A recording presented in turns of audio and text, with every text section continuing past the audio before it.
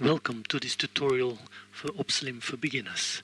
In this tutorial we're going to introduce you to Obsalim and give you all the pointers you need to start learning Obsalim for yourself so you'll be able to use it in your farm. For technical reasons the whole of the tutorial is divided in two pieces, so at the end of the first piece we'll explain you what the title is of the second piece so you can find it easily on YouTube. Today what we're going to tell is mostly about cows, but anything we can tell about the cows today is perfectly applicable to sheep or goats, but you have to use different symptoms for sheep or goats, so they have their own separate cards you have to use. So first question is, what is Obsalim? Well, Obsalim is about knowing what's happening in the rumen. And we're going to do this by recognizing a number of signs on the animals and around the animals. And once we recognize these numbers, we can draw a conclusion of them. It's almost like we recognize the language of the rumen. And of course, I don't have to tell anybody how important it is to know what's happening in the rumen, because a healthy rumen will eventually lead to an optimal functioning farm and healthy animals. We're going to talk a lot about signs and symptoms, nutritional signs or nutritional symptoms. The two names are interchangeable. We don't make any difference in Obsalim. And these signs and symptoms we're going to learn to see them on your animals. Some are familiar, you noticed them before, and you know they have to do with nutrition. They signify something isn't right. And there are a few new ones you learn, but more important, so in the end you'll be able to make sense of them and make sure that the observation you make is going to be useful and even more so reliable. Now, why is it possible that we by looking at the animal, we'll be able to tell what's happening in the rumen? Well, that is because the connection between the rumen and the ruminant is extremely tight. When your ruminant starts to eat and decides to eat a bit of grass or plants, or starts to ruminate and decide to ruminate, well, that's all done by the rumen. It's really the rumen actually making the animal eat and deciding what the animal will eat at what time and when the animal ruminates. So all the eating behavior is completely controlled by the rumen.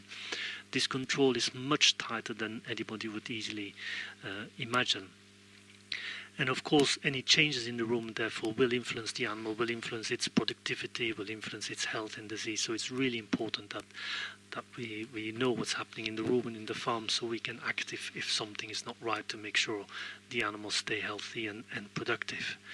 So from self-determination of the food selection to the farm situation is a bit of the theme here, really.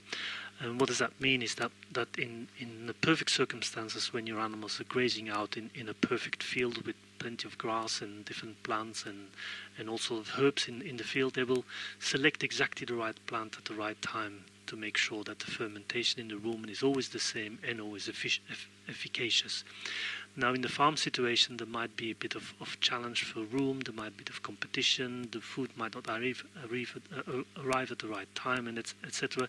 So the farm situation will interfere with this normal behavior, and then it's really important for us to be able to recognize when something goes wrong, so we can correct it. A few words on the origin of Obsalim. Obsalim is the result of 15 years and more now of detailed observations, lots of trial and error, and the collating of information, which were done by Bruno Guibaudot, who is a veterinary surgeon in France. It's almost like he discovered the language of the rumen bit by bit, sign by sign, word by word, until eventually it all started making sense, and he managed to turn into a system that's now been fine-tuned and become reliable in all situations, and a system that everybody else can learn. It's almost like discovering a new language of a tribe which was never discovered in a forest before, and by just looking and listening and trying and changing, feeding and everything, Bruno has finally sort of put together how we can interpret the signs we can see around the animals and how we can act on them. So to begin with, a beautiful cow, and why is she beautiful is because she's got really clean legs. Look at the white legs, how clean they are, and that should be normally normal. The udder should be clean and white like this, and the body, on the body, all the hairs are sort of pointing in one direction. There's no sort of waving or abnormal pattern of the hair, which is normality. The eyes are clean. There's no discharge, no tearing or anything. So that's what's normality, which is the measuring stick of Obsalim really. And normality is this clean animal. It's this animal that produces regular pads or regular droppings in the case of goats and sheep. And they should be the same all the time, every day. As soon as they change amongst animals, there is somewhere a feeding problem happening, there will be losses and there may be danger of disease arriving. Another point of normality which is really important to remember is that all animals should act as one. When you have a number of animals in a building or in a field that live together, certainly in the case of ruminants, they should all be able to eat at the same time and lie down at the same time to ruminate all at the same time. If for any reason this possibility is not there, then they will start behaving in an abnormal way, eat in an abnormal way, eat at the wrong time, which will then cause problems with the fermentation in the rumen and then in the end health problems and loss of productivity. And this acting as one principle is really, really important, because you can also see this sometimes even when there's enough room for everybody and there's enough room for everybody to eat and to lie down, and there might be a nutritional problem, suddenly 15% or 20% of the animals are not joining in with everybody else. The unity is broken because there's actually a nutritional problem happening. So this unit principle is really important, and that's also why food technicians quite often will tell you that at the manger there should be enough room for everybody plus 10%, and that is to make sure there's no competition at the feeding, because when there's competition, animals will start to eat in an abnormal way at abnormal times, which will then interrupt the normal rumen function with all its consequences. Normality, of course, would also mean that there is an overall good vitality in the animals. When you feel the vitality isn't there, there's probably a problem. So we go from natural browsing, perfectly selecting our food, versus the artificial situation of the farm, which is just a reality. That's how it is. And Obsalim will help you there to manage the constraints on the normal rumen function, which is imposed by the working farm. Now, Obsalim is there to make the diagnosis of what's wrong in the rumen, but before we make this diagnosis, we have to ask a question: is there a problem really in our animals? And there's a number of easy to recognize signs which will tell you whether there is a problem or not. And the first one is this one: is any dirtiness on the lower legs or the belly, or well, the front legs as well, or underneath the head or the other. Any dirtiness there, any spats of cow dung, any signs of dirtiness, and that will probably indicate there is improvement. You can make some improvement in the nutrition. And this might be counterintuitive like a lot of other things in Obsalim, but it is a reliable sign, so look out for this. If you remember the cow that was in the pasture with his perfectly clean legs, that's normally what should happen. So any dirt appearing will indicate there is a problem. And another indication would be the variation in the pads, either amongst animals or from day to day, or between morning and evening, or in the case of dropping sheep and goats, in variation in the droppings. Any variation will signify there is irregularity in the rumen fermentation, and that will cause losses, and that may cause health problems. So variation in the pads is definitely a sign that something is wrong and you can improve. Another important sign to look out for is this PHG zone, which is high up on the shoulder, just by the spine. And you notice the areas on these pictures, and you see the cow at the bottom left who is licking herself.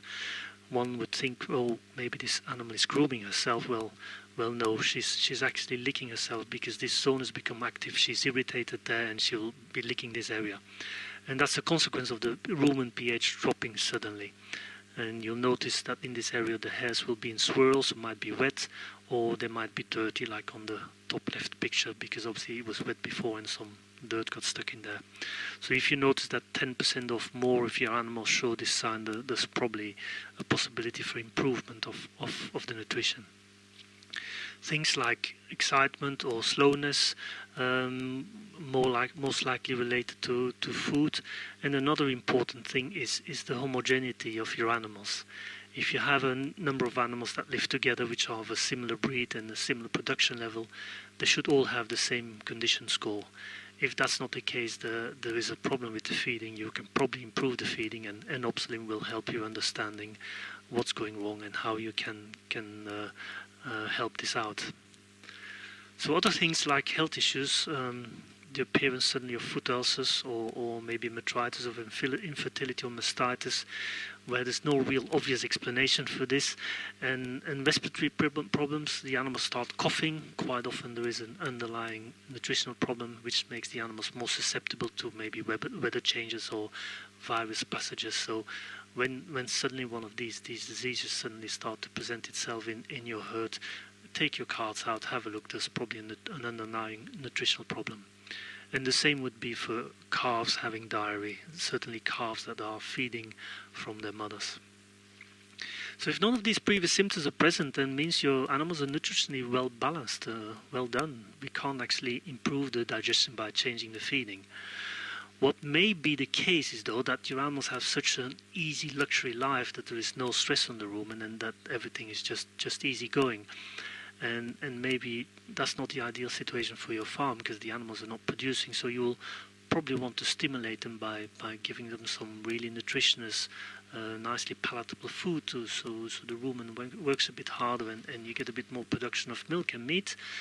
And Obsalim will help you to gauge, make sure that this extra intensification of the animals happens within physiological limits. So Obsalim will be helpful even when you improve their performance, making sure that happens, that what happens in the rumen, even if the rumen is stressed, that it is stressed in a physiological limit. So if you notice one of the signs there is a problem, you have to start observing your animals to recognize the nutritional signs which belong to the Obsalim principle. Now these signs, they're all in these packs of cards you can buy, and they come in sets of different color codes. So each card belongs to a physiological area. We'll tell more about that later. And around 60 of them in the cards. In the book or in the software, there's many more of them for those who want to increase the performance of the Obsalim technique. The book is not quite available in English yet because it has to be translated. I think the software should become available soon in English.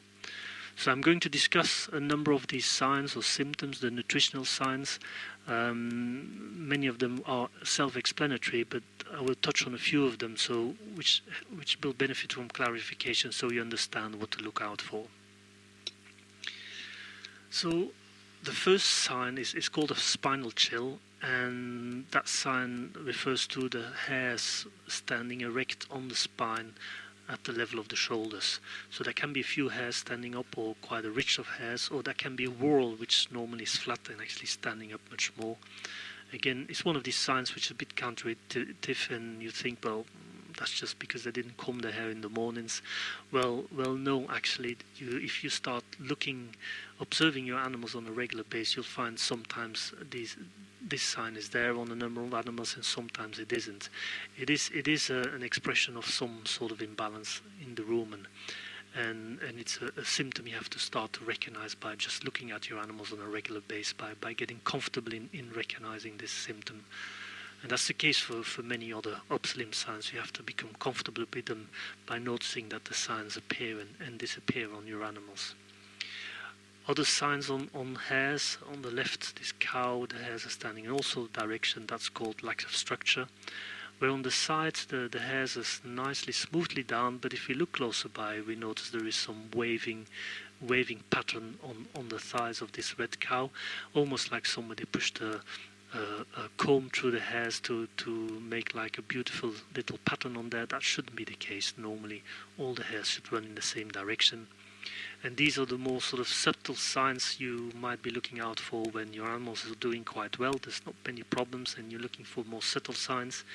You can quite often pick this one up, which is on the side or on the thigh of the animals. You notice that instead of the hairs all flowing in one direction, there's a bit of a waving action happening there. The appearance of the skin, we're in the second group here, the group of the physiological area which is called the skin.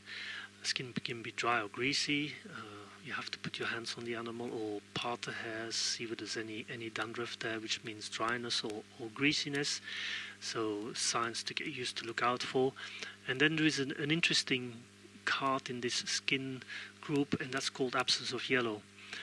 If your animals would be perfectly fed, they should always receive a slightly excess of soluble protein, and that's the protein that's needed for the rumen flora to digest the fibers you're feeding to your animals.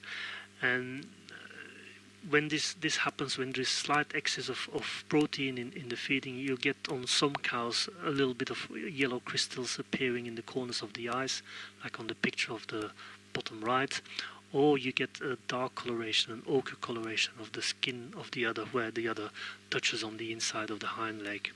In other cases, there might be just a few tiny crystals at the bases of the hair. Again, to see this sign, you'd have to part the hair and really look close by to see whether they're there or not.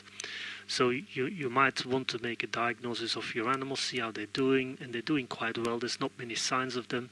Then you can look out for this symptom. Are there any animals which have a few crystals in the corner of their eye?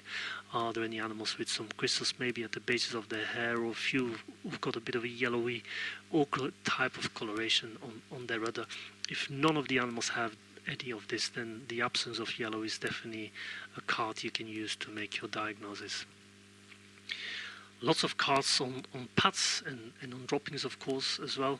Learn to recognize the difference in short and long fibers. There may be little bubbles in the pads. You have to look close by to see these. There might be little fragments of mucus on them, just like little fish scales. And there is a difference between soft and liquid pads. And in the cow pads, there is something like elastic pads. When you put your boot in the pad and pull it back, the pad will be pulled up in little sort of spiky little hills, and that means the pads are elastic because they are remaining stuck to the welly where they normally should fall off without creating these sort of spiky shapes. On the eyes, the puffiness of the eyelids is a sign you have to learn to recognize, because sometimes definitely in the dark or on darker animals, and when there's not much light, you might not be able to recognize that easily. So it's a symptom to get used to. And the same thing is with the coloration of the eyes. On this picture, on the right picture, you see the eyes are quite red. Normally should be more a pink color. In other cases, it might be too pale as well, which is the same you get on the nose. You might have pale noses or red noses. So the difference between normal pink and more red, or less pink and more pale, is something to get used to by just looking at your animals on a regular basis. You might actually notice that the color changes, and then you notice one of these signs is present. On this picture, you can also see how there's a bit of dirtiness under the eye. The eyes have probably been tearing, and that's another symptom. Although it doesn't say on the cards, that's actually exactly the same symptom as little black crusts in the corner of the eye. So the nose, a nice pink nose, but there is some dirtiness on this nose, and the fact that the dirt sticks to the nose is also a sign. In some cases the nose might look clean, but there's plenty of food that remains stuck on the nose after the animals have finished eating, and that shouldn't be the case. If you notice a quarter an hour, 20 minutes later, there's still plenty of food stuck to the nostrils or hanging on the nose, then this symptom is present. A number of other cards, groups, behavior, the physiological area of behavior, eating, general state of the cow's production, they all straightforward. The one to try and understand is the one how disease is expressed. There are two cards on the expression of disease. The one has to do with congestive disease and the other one with elimination disease. Congestion is when there is hardness. For instance, in the case of mastitis, the udder is swollen, hard, and maybe red, and the milk might just be watery, or there might be just a few little clots there, and then you have congestive disease. In the case of elimination disease, there will be much less swelling, but there will be more clots or maybe pus in the milk. Or in the case of a coughing animal, there will be lots of mucus or pus, being a productive cough, which produces a thick discharge. In the case of congestive disease, in a coughing animal, there will be maybe a bit of water discharge or no discharge at all.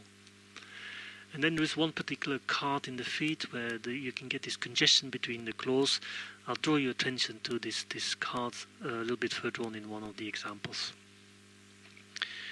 One card to stand still by is there's two cards actually, is when the gap between the butter and content and the protein content in the milk changes. So there's always a gap between these two values, and this gap can increase or decrease depending on nutritional factors. So it says 5 points on the cards, but that's not always very helpful. You have to use these cards by comparing to what's normal in your farm. If you notice that the gap between the two results actually has increased, you can use one of these cards, or when it has decreased as well, you can use one of these cards. So this was part 1 of this tutorial. The second part can be found on YouTube as well, and look for Obsalim tutorial second part. And I hope I can join you there soon, so we can go on with the rest of our explanation and discovery of Obsalim.